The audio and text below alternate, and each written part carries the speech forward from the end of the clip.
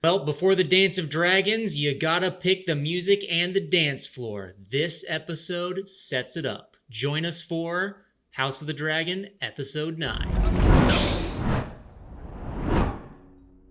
Welcome back to AsArt. My name is Nick, and I got Kyle here with me. Go to Instagram, Pecos with a 0 to find him. He's a super talented artist.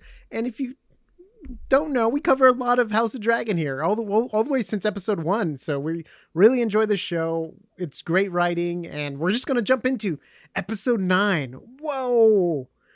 Yes, It's very like much Shrek. like A dragon crashed the ceremony, yes, just like Shrek. a dragon crash. Yeah. So the thing is like, I don't know, this whole episode seemed to me kind of like a thriller, kind of, yeah. just because like like this. They're trying to secretly get... Okay, so that's the thing. Viserys is dead. Alicent The piece is obviously gone. misinterpreted The piece Viserys' is dying gone words. now, right? Basically, Yes, the he's piece gone. is gone. He was the glue. He Yes. held the kingdom They even together. and like right as he died, they also started calling him Viserys the Peaceful. Yep. Mm-hmm. Right. So the thing is that like Alicent misinterpreted Viserys' dying words. And she interpreted it as Aegon, their current son, right? There's Their a lot of eldest son, Aegons. to inherit, not the historical Aegon, which we're referencing, because the Targaryens have to keep on reusing names, right? And so now they have installed Aegon on the throne. And all the while this is happening, they have not yet sent word to Dragonstone, where Daemon and Rhaenyra are. Yeah. Right. So this is setting off the first. This is the first horn blow of the war, basically, or the conflict, should I say? And we really didn't get a time jump. No, not at all. It was just like right into action. We can honestly say the time jump was it's the next day. It's like that's it. Majora's Mask. Boom. Dawn of Yes. the next day. Day 2. Yeah. Actually, speaking of birdsong, Nicholas, it turns out, so like, again, another audioscape detail that I thought was really cool is like where they're at the small council table. Yeah. Mm-hmm. And they're just like talking about, okay, well we should then where Alicent is discovering that, oh, you guys have been plotting this whole time to supplant Rhaenyra, and like while they're having this conversation, you hear bird song in the background, because remember, it's still in the early hours of the morning, and you kind of like birds are starting to wake up, and then you can hear it in the distance outside. I'm like, that's a great touch. Very good touch. And I really appreciated that. So yeah, A lot of great pacing in this episode. Yes. I think like, because like we got these moments where like there were like really intense conversations happening with a bunch of different characters. We'll cover those in a bit, but then followed by action. Yes. Right. So like it was kind of like this like peaks and trough sort of rhythm to it that was really, really cool. So like and also just like how the opening scene was, like you can just tell like, oh, someone died, Viserys died, or like everything is in mourning. Everything looks very dour and desaturated.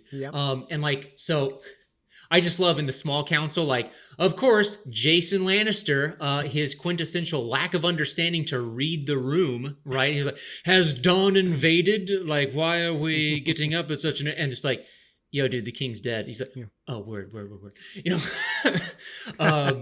And then another thing is Lord Lyman Beesbury, right? Oh, I got to say, he's calling it like it is. He's known Viserys the longest. He sees the circumstances which his like dying words were taken, and like, like the moment you see, he's blurred out, but the moment you see Sir Criston move into frame in the background, I'm like, oh, this guy's either going to get arrested or he's going to die, right? And because he's talking sedition, So that's the first blood. Yes. And like his accidental like death by the council orb, to me, like I was like, that's very poetic, right? Because he was like quintessentially like a government bureaucrat, right? And the orbs, I found out, the orbs are a way of them clocking in. Like, I am here. This is my attendance, right? And like him with his head being concaved on that orb and bleeding out. was like very poetic in a way, Yeah. because like he stood for like principles for the realm, and he died on those principles. It's right? like when they're at the wall. Now your watch has ended. Yes, yes, And then it's also funny too, because it's like the king in that state of mind. He's on Milk of the Poppy every day. It's like, even my if she God. did hear something, it's like, Yeah. this guy's on his deathbed, mumbling and murdering, like whatever he said. It's like, okay, obviously the Greens are using it for their advantage to take over. Yeah. And then like, and you know, this is also where you start to see lines drawn too. So like after that, you know, they start talking about, you know, sending the King's Guard over to Dragonstone. Like, we have to be, you know, swift but discreet about this. And like, basically Sir Harold Westerling, the Knight Commander of the Guard, is like, he takes off his cloak and he's like, once you guys have decided on who a king is, then I will reassume my post as the King's Guard, because there currently isn't one, right? And he was very close to her too.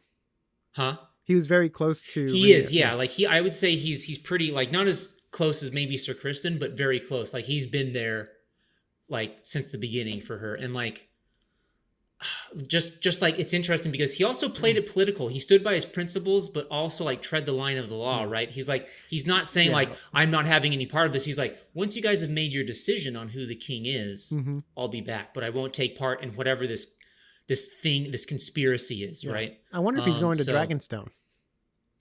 You know, he maybe. That might be pretty interesting. Just like the twins are splitting up.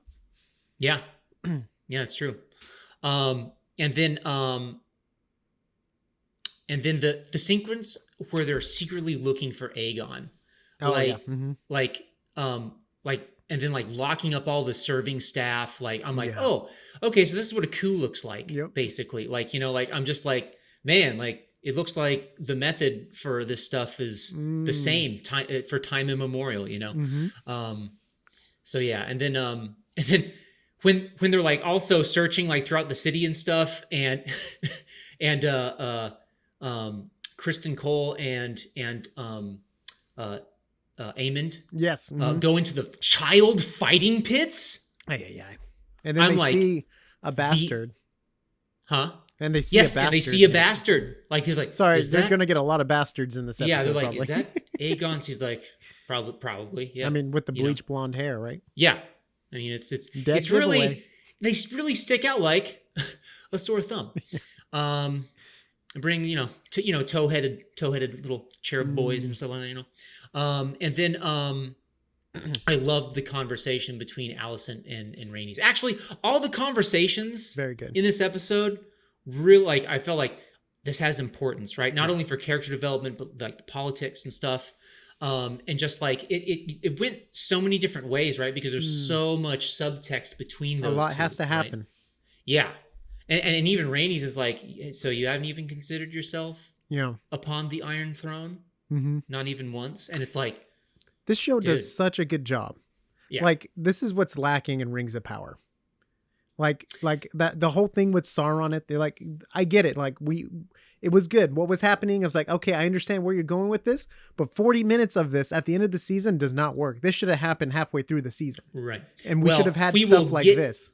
Into that. But anyways, we're going to be doing a Ring of Power final review. We are. But anyways, yes. Yeah. So, and then also when Otto Hightower is talking to Miss Arya. Oh yeah. Right. Like, her quote, I was like, very true. Like, there's like, that's the thing. Like, so I'll read it first. She says, there is no power but what the people allow you to take. Right. And like, I just thought, like, just with that quote and then other quotes and also like the situations going on, like, this whole episode was just like people's relationships to power, right? Like, the rules by which we engage with authority and power, right? Like, it's kind of crazy. And then I'm right now, I'm just going through all the conversations. So like Alicent and Otto conversation, right? Like, another great one, like the reluctance to murder is not a weakness, right? Because her dad was like, you just lack the courage what needs to be done. It's like, oh, you mean like murdering everyone? But like at the end though, how many lives are not going to be spared because of that? Yeah, I guess on both ends, even with the big dragon scene at the end, wow, she showed her respect. She didn't burn everyone, but now a civil war is going to happen where Right. like countless lives are going to be at stake now. Right. And I've got a note on that. We're almost there, but like, and then the conversation between Alicent and Lord Larys. Oh, so right? creepy. The feet. Oh yeah. Well, I mean that's classic medieval smut. So right is there. that how he gets paid? I don't know. Maybe that's a side thing. I don't know. But that's the thing is like, I mean, in a way, I felt that was very fittingly medieval because like she's showing ankle. Yeah. Which, as we know, like all the way up to like the Victorian age, like, ladies didn't show much of their bodies, right? Yeah. And Unless to show an ankle was classical considered... paintings during the Renaissance age. Yeah, exactly. Like, oh yeah, that's true. Yeah. but still, like, I mean, like in everyday life, it's like, yes. It's very risque to show ankle, Mm-hmm. And then I just love the slow build. Aegon not wanting the throne, like with the carriage ride, he's like, he's like, do you love me, mother? And she's like, you are an imbecile, just like, because like, of course she loves him, but like, this also has other subtext too, because I don't think Aegon ever felt loved. Yeah, and if we're going to see, and that's going to feed into how his mood switches, how his relationship changes to this to kinghood, right? Yeah. Because like, as the crowd chants and he holds up the sword and everyone cheers, you see it sort of blossom in him, and he goes, "Oh, they love me." Mm-hmm. Right? He like, I can almost see that happening, right? He's like, and like, I'm like, oh, so we're seeing a populist come into his own, right? Which we saw kind of in Game of Thrones with Joffrey. Remember when he started going around the city and he praised him? He kind of gets even more like, he smells his own poop and he gets really excited. Populist at heart. He doesn't feel loved, so he embraces the love of the crowd instead. Yep. Right. He doesn't get it from his brother? Yeah. That whole scuffle outside of the and that's the other thing. I call them the Eric twins. Eric and right? Eric, right? Yeah. Eric with A, I'm actually really curious. He actually opted not to fight to help his brother. Yeah. It reminded me of the Hound in the Mountain. Kind of, yeah. One's loyal to the family, and the other one's like, F the king, and he walks away. Right. And then, dude, I missed the Hound. That was such a good character. All right, I'm sorry, go on. going back to the so you mentioned this earlier, Nick, with the dragon scene. Yes. So like, yes, she didn't kill the royals, but that whole scene of it coming through the floor, with that act, she killed hundreds of people. I know, and I don't know why she couldn't just also kill the king and queen. Well, yeah, that's the thing. You know what I mean? It's just like, that's weird. You're killing everyone else. She looked at Alicent. Yeah, and I know they had that talk earlier. They had, like, I don't know if something passed between them, but yeah, but what I was getting at is that, like, it's gonna be karma. Like, just like hundreds of people just casually killed, right? Like human life to all of these people, I mean, all of the nobility and like royalty and stuff, life is so like the life of other people is cheap, right? Like, and like, I was surprised, like I found myself hating all of them in that instant. Like I was like, the audacity of these people, like the power, like, and that's the thing, game. like but yet I still eat up the drama. Oh heck yeah. Between people and power, right? Yeah. And I was like, wow, like what?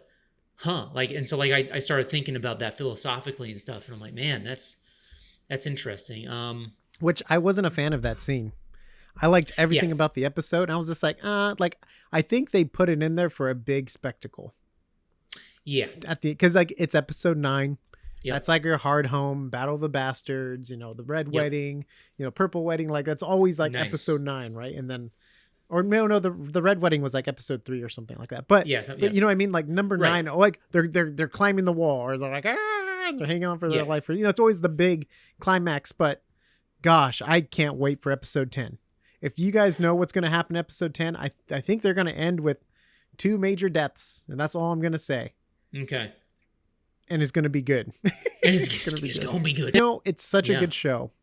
And I'm super excited. You know what, though? What was lacking? I really miss Viserys. I really missed his character. He added so much to this series. Yeah. He did such a good job seeing his character arc. I can't praise what he did enough on the screen. Like, I was just Yep. It's just incredible. And I also missed the Team Black. I missed Damon, even though Damon wasn't saying much last episode. I just missed his stares, and but it's like, and I get like what they're trying to do, right? They're showing us one side of the story, but man, I'm really excited to see everyone back in it for the final. So yeah, yes. Oh my gosh, let's do it. And on that note, follow Kyle on Instagram. Beckos with the Zero. He's a super talented artist. He designs all the cool shirts we have. This is the dragon for House of the Dragon. It's really cool. Go check it out. AsArt.space. And sorry, I'm a little raspy, a little under the weather, but I will be back stronger than ever. Yes. We'll see you on the next AsArt.